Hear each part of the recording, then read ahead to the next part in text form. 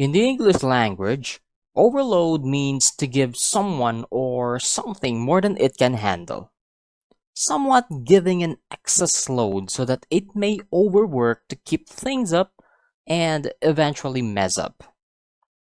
The principle of overload in chess is very important as it can lead to some tactics. In this video, we'll talk about overload. Overload happens when a certain piece is given too many defensive responsibilities at the same time so that it can lead to a mess in the defensive end. Defensive responsibilities may involve a support to another piece, protection of squares, or even threats of the opponent. Due to the heavy load, the overworked soldier may give in, and at some point the ability to recognize such pattern from us may lead to tactical ideas that can turn the game into our favor. Let us consider this position. The knight on d7 is defending his comrades on f6 here, another knight, and the bishop on c5. If white is to move, a simple capture on f6 would force the black to recapture with his knight, and we have this bishop here left hanging and undefended on c5. Therefore, capture on c5 wins white an extra piece. Through this position, we can say that the knight on d7 is overloaded and cannot defend both the knight on f6 and the bishop on c5 at the same time in this moment of the game. In this second position, this d6 pawn is actually overloaded to defend both the bishop on e5 and c5. If white captures the knight on c5 with knight takes c5, he will be a piece up because this bishop on e5 will be left undefended. Knight takes c5 wins the game for white. Even if we take this bishop first with knight takes e5, d takes e5, and this c5 knight will be left unattended. And we have a knight takes c5 winning again for white. How about this one? This f5 pawn seems to be solid and providing some space and support on both the bishop and knight on g4 and e4. Now, notice that this knight on g4, his only defender is this f5 pawn. And this bishop on e4 rather is also having this same defender on this f5 pawn. Now after knight takes g4, black has to capture with this f pawn, and we have this, e4 bishop hanging. Therefore, we can say that this f5 pawn is somehow in this position of being overloaded because he's handling the job of protecting both this bishop and the knight. Now, notice that also knight takes e4, f takes e4, and knight takes g4 is also leading to the win for white. Therefore, this poor f5 pawn is not handling this job in a very good way because he can't protect those pieces at the same time. Now listen up. Other than the role of defending certain pieces, overloading may also involve protection of some squares or threat. In this position, we can say that white has a weak back rank, and it's very obvious here. Now, it is this d1 square being the liability for white, but it is being guarded by this queen here and this b1 rook here.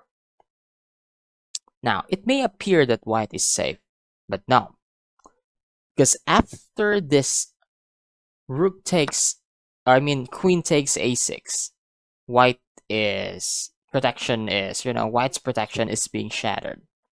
Notice that This queen is guarding this d1 pawn, d1 square, and it's going to be a very bad idea if he leaves that square. You lose the game immediately. But this queen is also protecting this a6 rook. Now the idea of rook takes a6 is actually to decoy and, you know, make this queen leave this d1 square, and after rook take or queen takes a6, we have a back rank mate on uh, d1. Rook takes d1, rook takes d1, and checkmate. Even if this queen comes to f1, it's going to be the same thing. Therefore, we can say that after the queen takes a6 sacrifice, the queen of white, she's helpless with that, checkmate and overloaded responsibilities. In this position, black has some dark square weaknesses. White is guarding this b5 square by his queen because, it's going to be a pathway if knight jumps over there. This d6 square for the knight is really very strong. So he really needs to guard that b5 square. Plus, this pawn on a5 is already committed there. Therefore, this is a light square weakness also for white, other than this dark square weaknesses that he already have. But white played here bishop to g4, harassing this rook on c8. And then black replied with bishop e6. Now, this e6 bishop has now been added to white's queen's role of defensive responsibility. So after bishop takes e6, queen takes e6, and knight b5, this key square here for white has been undefended. And this, knight d6 is unstoppable, and we have a very good position for white. Now you might have the idea already of overloaded principle in chess. Now it's time for us to test your skills in the following positions. Here in this position, it's white's turn. Can you play the best move here for white? You can pause the video and give it a try. Alright, easy peasy. We can see that this king is overworked and protecting his knight there on e5 and his, bishop on f6. So, rook takes f6. Mr. King here is tied up on protecting both of these pieces. So, after king takes f6, can take the knight. Too much to handle, Mr. King. Going to be a win for white. How about in this next position? Can you play white here? Go, pause the video and try it for yourself. Okay. Congratulations if you saw the move rook takes d5. Now what's the idea? The bishop on e6 is actually not in a very good position. He's guarding this f5 key square so that, this queen and the king cannot be forked. And at the same time is guarding this d5 knight. After rook takes d5, if he captures this rook, he's going to give in his queen. Bishop f5 check, and queen lost the game. I mean, black lost the game because of his queen. Here in this last position, can you guess the finishing blow for white? Alright. Congratulations, you're now a certified tactician. Kidding aside, if you saw the move queen takes a7, that's a brilliant move that white can throw into the game. Now, let's go back first.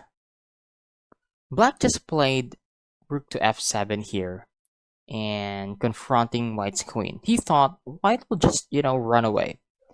But notice that this c6 knight is kind of loose and overwhelmed in guarding this a7 square, a7 pawn, and b8 square. After queen takes a7, knight takes a7, we have a beautiful checkmate in rook b8. Now that you're more familiar with the idea of overload, You can actually use them into your games and see how it can lead to some tactical ideas. Remember, even us humans who tend to do multitasking sometimes, multiple tasks, these, multitasking can, lead us to feel stressed and lose sight of what we do sometimes. Well, the same way in chess. Look for pieces. Look for pieces that are overworked in defending his men or territory. Look if this piece can be overloaded, overwhelmed in defensive roles. If that piece is defending too many things at the same time, think carefully if you can distract it and win some material or seize some opportunities for advantage. Hey, check this video out to make sure that you get more important information to bring your chess to the next level.